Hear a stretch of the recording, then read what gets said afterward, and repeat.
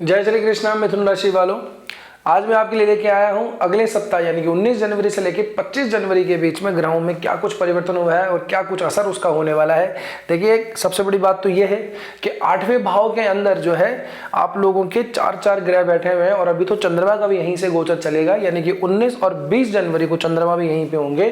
तो पंचग्रही योग, 5 ग्रह आप लोगों के अष्टम भाव में बैठेंगे। अब अष्टम भाव जो है अच्छा भाव नहीं माना जाता, तो थोड़ी सी चिंता का कारण तो बना हुआ है ही। उसके बाद में भी चंद्रमा जो है वो ग्रहण योग लगेगा, चंद्रमा को राहु के साथ में जाके मिलेंगे, फिर उसके बाद में चंद्रमा शनि के साथ मिलेंगे, तो ये भी अपने आप में एक विष योग बनता है।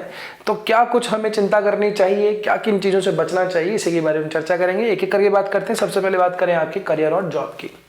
तो देखिए, अगर हम अर्थ त्रिकोण को ही देख लें तो सबसे पहले तो हम दशम की बात कर लेते हैं। यहाँ पे चंद्रमा और शनि रहेंगे, ये सप्ताह के आखिरी के 2 दिन रहेंगे, ठीक है ना। सप्ताह के आखिरी के 2 दिन यानी कि 24 और 25 जनवरी को। अब यहाँ पे शनि जो है तीसरी दृष्टि डालते हैं, कहाँ पे, 12वें भाव के ऊपर।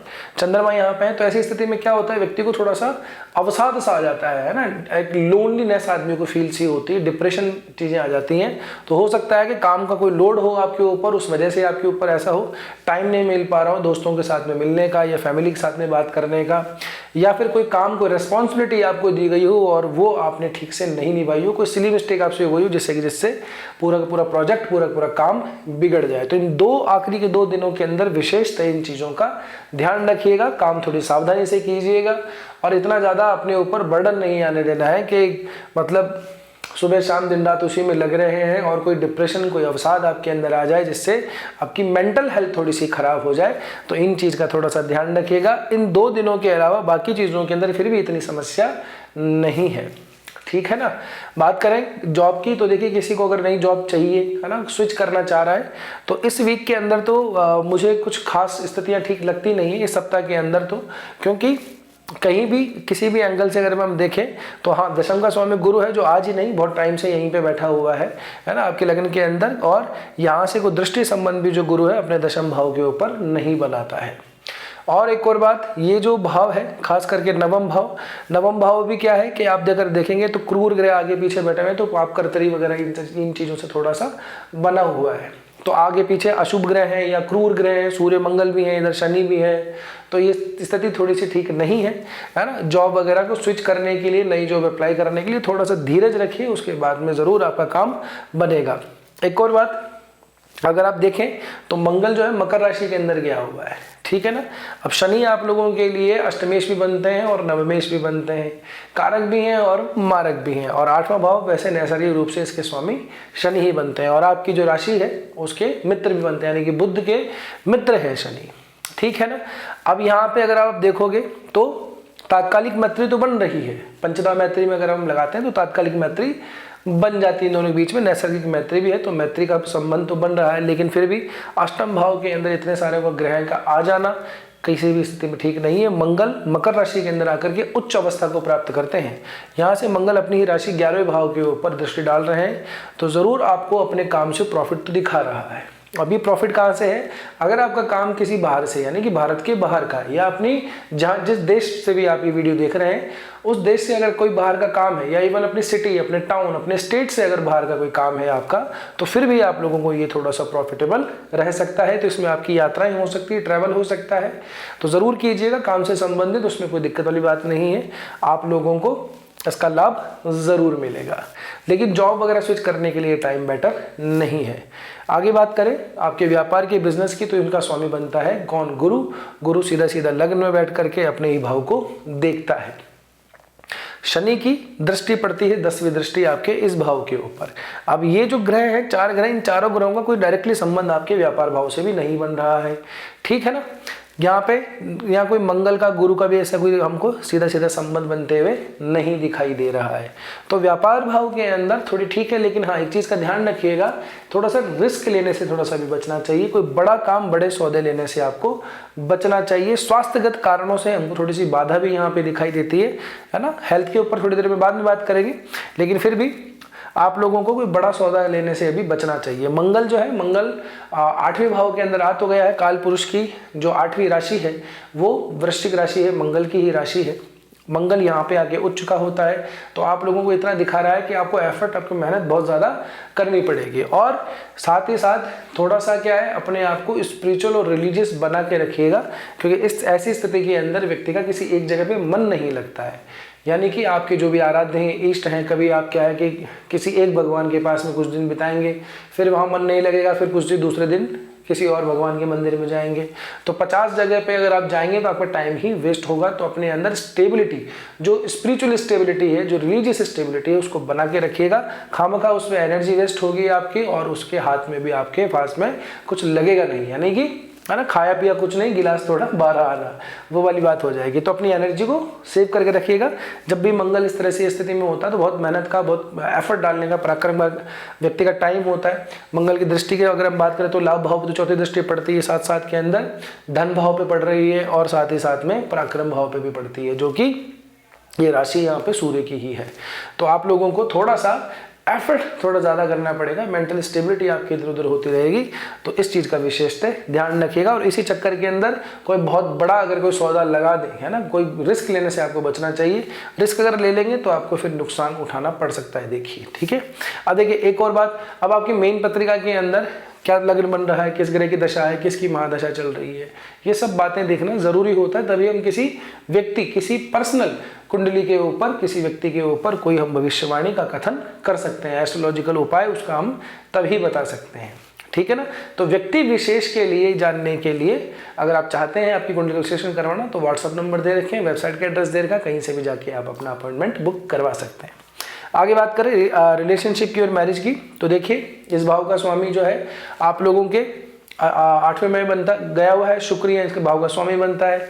तो बुध के साथ में युति है, अच्छी बात है। चंद्रमा भी है, चलो ठीक है, 3 शुभ ग्रह बैठे हैं 8वें भाव के अंदर, 2 क्रूर ग्रह भी बैठे हैं। तो ऐसी स्थिति के अंदर क्या है कि आपको थोड़ा सा क्या है कि डाउट वहां पे बनता हुआ दिखाई दे रहा है कि अपने पार्टनर पे आप थोड़ा सा क्या है कि डाउट सा करने लगेंगे, उनकी बातों को नोटिस करने लगेंगे, और उसके अंदर कोई अपना ही कोई अलग से ही कोई मतलब निकालने की कोशिश करेंगे, और उससे खामखा झगड़ा बढ़ सकता है। तो जैसा चल रहा है वैसे चलने दीजिए। एक्स्ट्रा अगर आप कुछ दिमाग लगाएंगे तो खामखा आपका रिलेशन खराब हो सकता है, ठीक है ना। तो इस बात का भी विशेष से ध्यान रखिएगा। और दाम्पत्य जीवन की बात करूं तो दाम्पत्य जीवन आप जिनका चल रहा है उनका सुखद है, कोई समस्या नहीं है, बशर्त मेन पत्रिका के अंदर ग्रहों की क्या स्थिति है मैं पहले भी बता चुका हूं आपको, उस पर भी काफी कुछ निर्भर करता है। ये राशि चार्ट है, गोचर जब होते हैं डे बाय डे का, क्योंकि क्या होता है देखिए, है ना, लग्न से, है ना, पर्टिकुलर इंडिविजुअल जब हम चार्ट देखते हैं तो उसका एक भविष्य कथन किया जाता है कि हाँ इस दशा चल रही है, ये टाइम चल रहा है, इस टाइम पीरियड के अंदर आपके पास में यही अपॉर्चुनिटी आएंगी, यही आपको नुकसान हो सकते हैं, इन चीज़ों का ध्यान रखना है। डे बाय डे का कैलकुलेशन करने के लिए हमें गोचर का यूज करना पड़ता है। तो ये गोचर के हिसाब से ही राशियों का चार्ट है, इसका इंपैक्ट पड़ता है, बहुत इंपैक्ट पड़ता है, इसलिए तो ये वीडियो बनाए जाते हैं, ठीक है ना। तो आप इसको भी थोड़ा सा ध्यान में रखिएगा। आगे बात करते हैं आपकी हेल्थ और वेल्थ की। तो हेल्थ और वेल्थ के मामले में स्थिति जो है, बहुत बड़ा कोई इन्वेस्टमेंट करने से बचना है।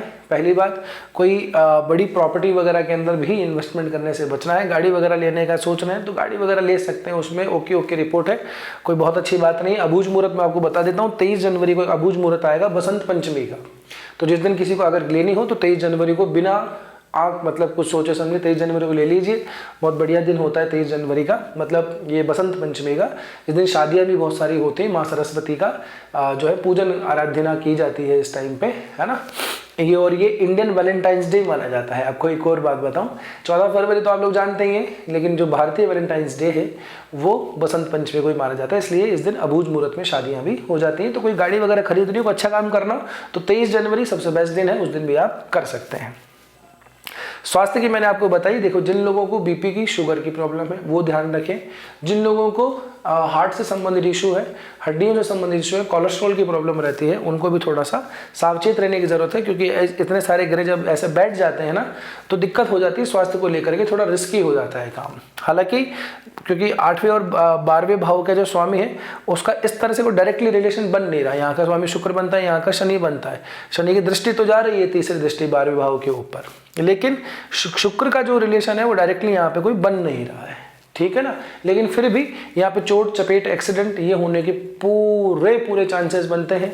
गाड़ी वगैरह भी आराम से चलाइएगा और घर में भी थोड़ा सा आते जाते वक्त वॉशरूम वगैरह से गीले वगैरह सा थोड़ा सा ध्यान रखिएगा। पैर वगैरह फिसलन हो सकती है, कुछ लग सकती है। एक और बात, थोड़ा अग्नि भय भी यहाँ पे हमको दिखाई दे रहा है, तो थोड़ा फायर वगैरह से भी सेफ्टी से काम कीजिएगा। जो इस तरह के डिपार्टमेंट्स में काम करते हैं तो उनको भी थोड़ा सेफ्टी ध्यान रखना चाहिए और सामान्य लोगों को भी थोड़ा सा ध्यान रखना चाहिए। छोटा मोटा जलन वलन तो मतलब ऐसा मानिए कि हाँ कभी भी हो सकता है, तो आग से खेलना नहीं है, नहीं तो समस्या हो सकती है। स्वास्थ्य को लेकर के आपको काफ़ी सावधान रहना पड़ेगा। और ये एक सप्ताह की बात नहीं है, ये आने वाले 2-3 सप्ताह तक आप लोगों को विशेष ध्यान रखना, जब तक ये ग्रहों की युतियाँ यहाँ पे बनी हुई हैं। उसके बाद में स्थिति आपके लिए सबसे बेटर होगी, नवम भाव में सारे ग्रह जाएंगे, लेकिन जब जाएंगे तब की बात करेंगे। अभी की जो स्थिति है उसमें आप लोगों को हेल्थ का स्पेशली ध्यान रखना है, ठीक है। एक और बात, जिन लोगों का कुछ इस तरह का काम है, बैंकिंग का, फाइनेंस का, इस तरह का कोई काम है, उन लोगों को भी बड़ा इन्वेस्टमेंट करने से बचना चाहिए। कोई बिजनेस पार्टनरशिप कुछ तरह की कोई लेने से भी अभी आप लोगों को बचना चाहिए। तो अपनी सेविंग्स को थोड़ा सा संभाल के रखिए 1-1.5 महीने तक, तो स्पेशली। नहीं तो क्या है कि कोई बहुत बड़ा अगर आप कोई काम कुछ इन्वेस्ट करने का सोचेंगे तो आपको लॉस लग सकता है। तो ये समय जो है थोड़ा सा धैर्य रखने का है, आराम से रखिए और वेल प्लान करके कोई काम आगे कीजिए। एक और बात, किसी अच्छे एस्ट्रोलॉजर से कंसल्ट करके फिर ही कोई आगे स्टेप लीजिएगा, क्योंकि देखना ज़रूरी है कि आपके बाकी मेन चार्ट, जब आपका जो बर्थ चार्ट है उसके अंदर प्लैनेट की पोजीशन क्या है। अब बात करें उपाय के लिए, तो आप लोगों को मैं पहले भी कह चुका हूँ, अपने इस साल के सभी वीडियो के अंदर मैं शुरुआत से कह रहा हूँ कि कोई एक भी जो उपाय है ना 1-2 दिन करने से कुछ नहीं होता है, उसको कंसिस्टेंसी के साथ में करना पड़ता है, तभी जाके उसके रिजल्ट आते हैं, ठीक है ना। बड़ी प्रॉब्लम जो होती है उसकी बड़ा इलाज लगता है, डॉक्टर भी एक गोली से कोई बीमारी ठीक नहीं करता है, उसके लिए भी आपको पूरा कोर्स लेना पड़ता है, ठीक है ना। तो आप लोगों को करना क्या है, वेडनेसडे की वेडनेसडे, बुधवार की बुधवार, आप लोग यदि गणपति अथर्वशीर्ष का पाठ कर सकें तो बहुत बढ़िया होगा। गणपति के मंदिर में जाइए, गणपति अथर्वशीर्ष का पाठ कीजिए और उसके बाद में बाहर पक्षियों वगैरह को हरे मूंग का आप ऑफर कर दीजिए। छोटा सा काम करके देखिए, फिर देखिए आपको मतलब कितनी सारी जो चीज़ें हैं वो बदलाव होती हुई महसूस होंगी, ठीक है ना। लेकिन इसको कंसिस्टेंसी के साथ में कीजिएगा। 1-2 दिन किया, 2 दिन किया, फिर उसके बाद में छोड़ दिया तो फिर वो रिजल्ट नहीं आ पाते हैं जैसे कि हम चाहते हैं, ठीक है। तो अब यहाँ तक पहुँच ही गए हो तो वीडियो तो पसंद आई गया होगा तो लाइक तो कर ही दो यार, और सब्सक्राइब भी कर ही दो चैनल को जो नए हैं हमारे व्यूअर। एक और बात, जब कमेंट सेक्शन में जाएंगे तो उसको स्वाइप जरूर कर दीजिएगा। स्वाइप करने के बाद में एक हाइप का ऑप्शन आएगा, HYPE, तो वीडियो को हाइप जरूर दे दीजिएगा ताकि ये वीडियो और लोगों तक भी पहुँच जाए।